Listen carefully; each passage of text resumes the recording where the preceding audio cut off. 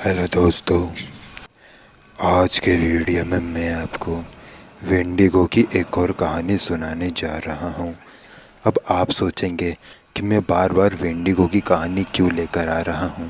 मैं आपको बता दूँ कि मेरे एक व्यूअर है जिनका नाम जतिन भारद्वाज है। उन्होंने मुझे रिक्वेस्ट की है कि मैं वेंडिगो की कहानी लेकर आऊँ, इसलिए आज की वीडियो वेंडिगो पर होने वाली है। वेंडिगो की ये घटना घटी है जोसेफ जी के साथ में, और अब आगे की कहानी मैं आपको सुनाऊंगा जोसेफ जी के पॉइंट ऑफ व्यू से। लेकिन वीडियो शुरू करने से पहले अगर आपने इस वीडियो को लाइक नहीं किया है तो किस बात की देरी, वीडियो को लाइक कीजिए और मुझे कमेंट करके बताइए कि नेक्स्ट वीडियो मैं किस टॉपिक पर लेकर आऊं। आप जिस टॉपिक पर वीडियो लाने को कहेंगे मैं वीडियो ले आया करूंगा। खैर, मेरे इंस्टाग्राम का लिंक भी है नीचे डिस्क्रिप्शन बॉक्स में। अब आते हैं आज की कहानी पे। तो आज की कहानी में जो घटना घटी है वेंडिगो की, वो घटी है जोसेफ जी के साथ। और अब आगे की कहानी मैं आपको सुनाऊंगा जोसेफ जी के पॉइंट ऑफ व्यू से। मेरा नाम जोसेफ है। यह घटना मेरे साथ सन 1990 में घटी थी। मैं मेक्सिको का रहने वाला हूँ। मेरे घर में मैं, मेरे मम्मी और मेरे पापा हैं।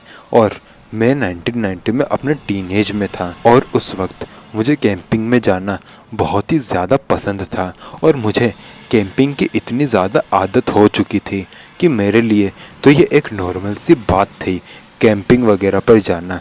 तो वो साल था 1990 का, जब मैं मेरे दो दोस्त जिमी और रोमन के साथ में कैंपिंग करने गया था। मैं अपने ही मेक्सिको के एक पहाड़ी पर गया हुआ था। हम लोग शाम के टाइम वहाँ पहुँचे। हमें वहाँ जो कुछ भी करना चाहिए था हमने सब कुछ किया। हमने वहाँ पर कैंप लगाई, कैंप फायर जलाई, डिनर भी कर लिया था और अब टाइम था सोने का। और हम लोग थोड़ी बहुत बातचीत करके सोने भी चले गए। जब हम लोग सोने गए तो शायद टाइम 2-3 बजे का रहा होगा, क्योंकि बातें करते करते बहुत ज़्यादा देर हो गई थी। इसलिए मैं एग्जैक्ट टाइम तो नहीं बता सकता। मैं, रोमन और जिमी हम लोग सोने के लिए चले गए। वो रात अच्छे से बीत गई। अगली सुबह हम लोग उठे। मैं लकड़ी ढूंढने के लिए जंगल के और अंदर चला गया, क्योंकि रात भर की कैंप फायर के बाद हमारी सारी लकड़ियाँ जो हमने पिछली शाम को ढूंढी थी वो सब ख़त्म हो गई थी। इसलिए मैं लकड़ी ढूंढने के लिए जंगल में चला गया और वो दोनों कुछ अपना अलग अलग काम करने लगे। मैं लकड़ियाँ ढूंढ के लाया, तब तक जिमी और रोमन बातें ही कर रहे थे। मैंने उन्हें कहा कि मैं लकड़ियाँ ले आया हूँ, चलो नाश्ता बना लेते हैं। इसलिए हम लोगों ने नाश्ता बना लिया और हम लोग नाश्ता करने के बाद जंगल में घूमने फिरने चले गए। हमें पता था कि हमारे कैंप कहाँ है, इसलिए हमें खो जाने की तो टेंशन बिल्कुल भी नहीं थी। लेकिन हम नहीं जानते थे कि जब हम वापस आएंगे तो हमारी आंखों के सामने एक आदमखोर शैतान खड़ा होगा। तो दरअसल हुआ ये कि हम लोग पूरी दोपहर जंगल में घूमते रहे और जब शाम को वापस आए तो हमने देखा कि हमारा जो कैंप था वो एकदम तहस नहस हो चुका था। उसे इस कदर फाड़ा जा चुका था जिसको देखकर लग रहा था कि मानो किसी ने अपना गुस्सा इसके ऊपर निकाला हो। उस कैंप को जड़ से उखाड़ के एकदम फेंक दिया था और इसका अंदर का सामान जो रखा हुआ था वो भी इधर उधर पड़ा हुआ था। हम लोग कैंप के पास गए और उस कैंप का मुआयना ही कर रहे थे। तभी मुझे मेरी मम्मी की आवाज़ आई। मेरी मम्मी मुझे कह रही थी, बेटा जोसेफ, यहाँ आओ, देखो मैं यहाँ हूँ। ये आवाज़ जैसे ही मैंने सुनी तो मैं इधर उधर देखने लगा और सोचने लगा कि आखिर मम्मी यहाँ कैसे आ गई। वो तो ये जानती ही नहीं कि मैं कैंप के कौन से साइट पर आया हूँ, तो वो यहाँ कैसे आ सकती हैं और आएंगी भी क्यों। मैं ये सब सोच ही रहा था तभी जिम्मी जोर से चिल्लाया। उसकी चिल्लाने की आवाज़ सुनकर मैं और रोमन भी उसकी तरफ देखने लगे। उसने हमें इशारे से बताया कि उसने पेड़ के पीछे एक बहुत अजीब से हिरण को देखा है। उसको देखकर जिमी बहुत ही ज़्यादा डरा हुआ था। हमने उसे संभाला और एक तरफ बैठा दिया, लेकिन जिमी बार बार कह रहा था कि वहाँ मत जाओ, वहाँ मैंने बहुत अजीब सा हिरण देखा है। लेकिन हमारे पास एक असॉल्ट राइफल थी जिसे मैंने पकड़ा हुआ था, और मैं और रोमन बहुत ही धीमे कदमों से जिम्मी की बताई हुई उस लोकेशन पर जा रहे थे। लेकिन जब हम वहाँ गए तो हमने देखा कि एक हिरण पेड़ के नीचे बैठा हुआ था और वो किसी चीज़ को चीर फाड़ के खा रहा था। शायद मेरे हिसाब से वो एक बिल्ली का बच्चा होगा जिसे शायद वो हिरण चीर फाड़ के खा रहा था। लेकिन जहाँ तक मुझे इन्फॉर्मेशन है, हिरण जो है कभी भी किसी को चीर फाड़ के नहीं खाते। तो ये कैसा हिरण था जो कि किसी बिल्ली के बच्चे को चीर फाड़ के खा रहा था? हम दोनों को समझ नहीं आया।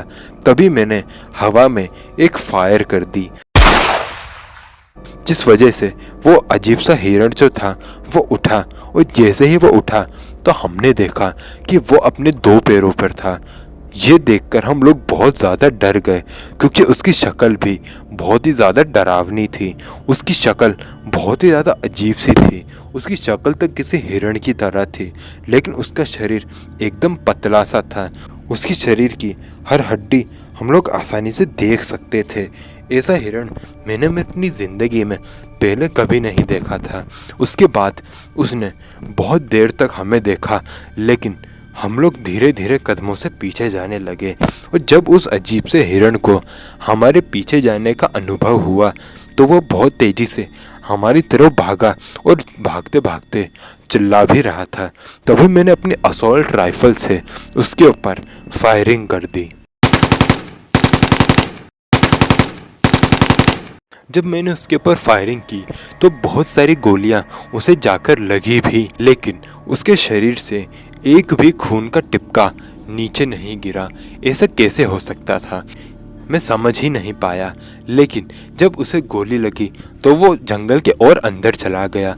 हम लोग जिम्मी के पास आए, हमने जिम्मी को संभाला और उसी वक्त हम लोग कैंप साइट छोड़कर वहाँ से निकल गए और अपने अपने घर आ गए। घर आने के बाद मैंने घर वालों को ये पूरी घटना बताई, और उसके बाद मैंने इंटरनेट पर उस जानवर के बारे में बहुत सारी डिटेल भी निकाली। और वो डिटेल कुछ इस तरह थी। मुझे पता चला कि वो जीव एक वेंडिगो था जिसकी भूख कभी नहीं मिटती। और मैंने उसके बारे में ये भी पता किया कि कुछ लोग उसे एक आदमखोर शैतान भी कहते हैं। ये जानते ही मैं समझ गया कि शायद उस दिन जब हमने असॉल्ट राइफल ले जाने का फ़ैसला किया वह हमारी ज़िंदगी का सबसे अच्छा फ़ैसला था। नहीं तो हम लोग भी उसी बिल्ली के बच्चे की तरह उसके हाथों में होते और चीड़ फाड़ के वो हमें खा रहा होता। खैर, इस घटना के बाद मैंने कैंपिंग पर जाना कम कर दिया, या फिर आप कह सकते हैं कि मैंने कैंपिंग पे जाना बंद ही कर दिया। और इसके बाद मैं बहुत कम ही कैंपिंग पर जाता हूँ। लेकिन उस घटना के बाद मेरा वेंडिगो से वापस कभी सामना नहीं हुआ।